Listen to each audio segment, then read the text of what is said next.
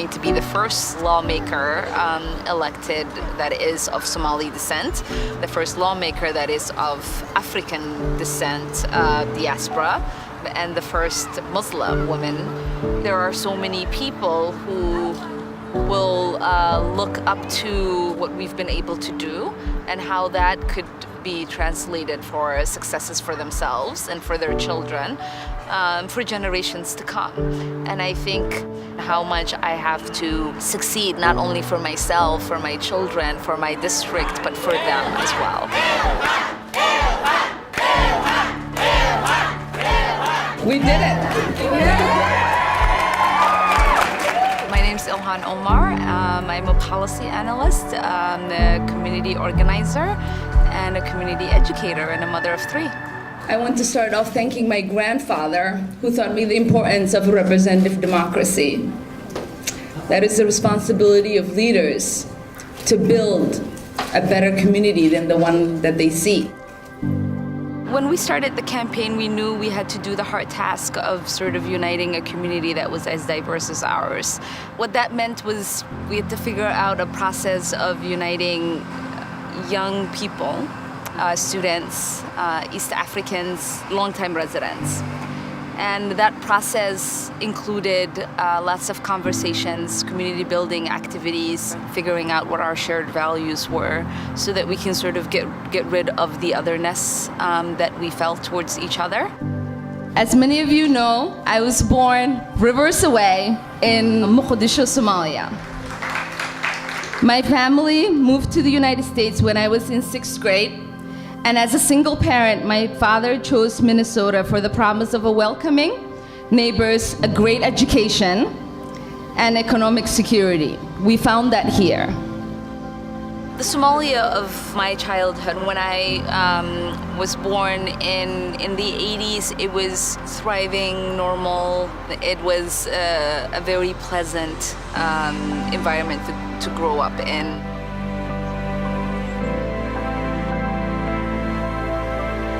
I was born into a family of educators that had strong women as heads of households, and sort of grew up in a very comfortable setting of being surrounded by lots of family. And when the war started, we went back into the capital thinking that it was the smaller villages that were going to have the hardest hardship.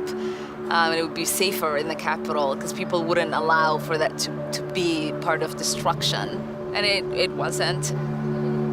I think my earliest memory of when the war actually felt real was waking up, midnight to militiamen surrounding our house. My aunt and older sister having a conversation through the window, sort of a negotiation with them because these were classmates of theirs, and negotiating them to sort of back down and trying to break into our house and assassinate us.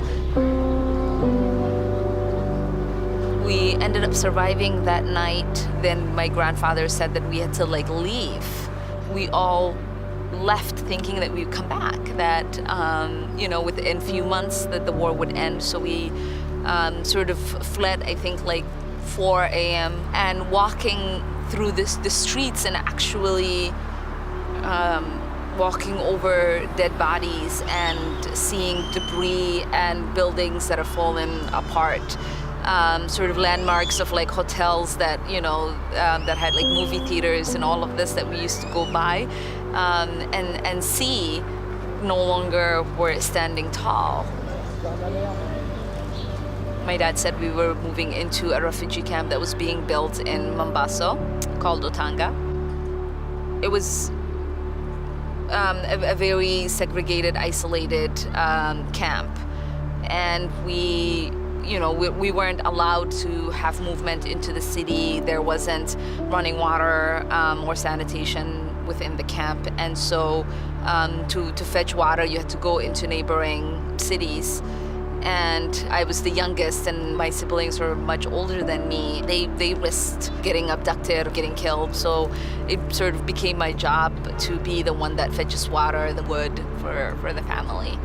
And I would often watch young school children play, go to school in their cute uniforms, and wonder why I could no longer do that, and have a conversation with my dad, and he would say, well, one day we will go to America where life would be normalized for me, and I could go back to school. And we eventually ended up 4 years later getting sponsored to come here.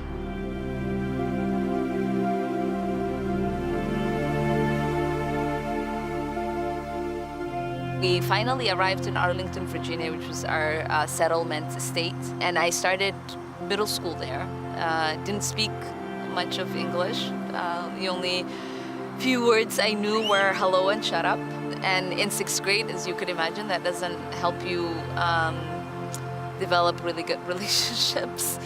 And it was also the first time of recognizing all of my otherness. It was the first time being confronted with my Muslim identity. It was the first time being confronted with my Black identity. So I went on the journey of figuring out the language pretty fast. In about 3 months or so, I was pretty fluent in English, because Dad believed in Minnesota's education being #1 and the job security that it had, and the welcoming community that my grandfather and others had described to him about Minnesota. And so we moved here and moved into this neighborhood, Cedar Riverside, lived in the E-building high-rise, and started taking my grandfather, who, back in Somalia was born during colonial times and had always hoped for independence and had a really short-lived life in a democratic country where you could actually elect your president, you could have a voice. And when he heard about this caucus process that was happening across the street from the building we lived in, he had asked if I would take him there. And in that grassroots process of creating resolutions to help influence the platform of the political party, and in having debates with your neighbors about what your values were, and the need for access for new Americans like my grandfather was pretty exciting for me. And that was sort of my first taste of being part of politics.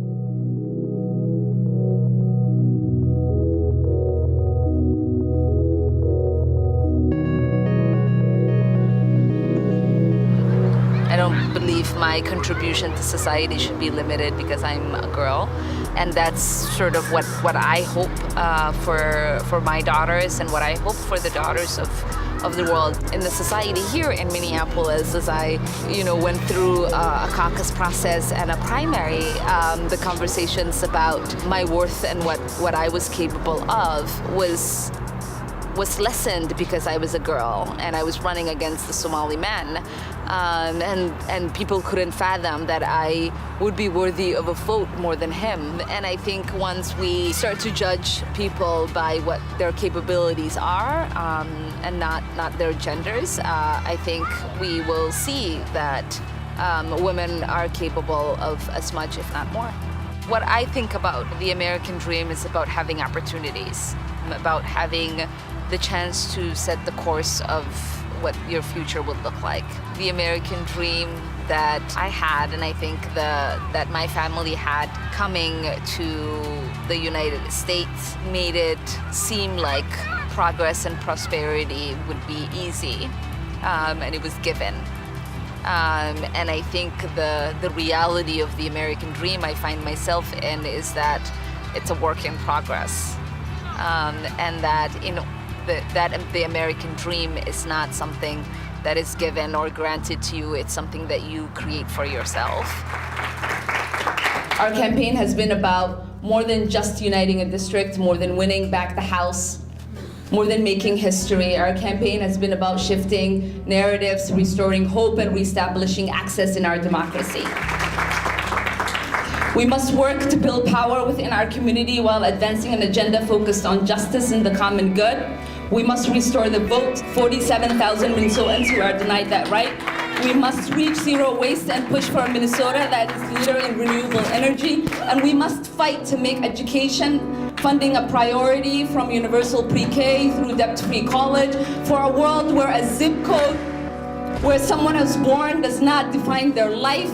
We must fight a $15 safe and sick time and flexible scheduling is a reality for all working Minnesotans, and we will never stop fighting for a democracy that works for all of us, for a prosperous and equitable Minnesota that we can all be proud of. I will never give up fighting for you, and I hope you never give up fighting for me. Thank you all.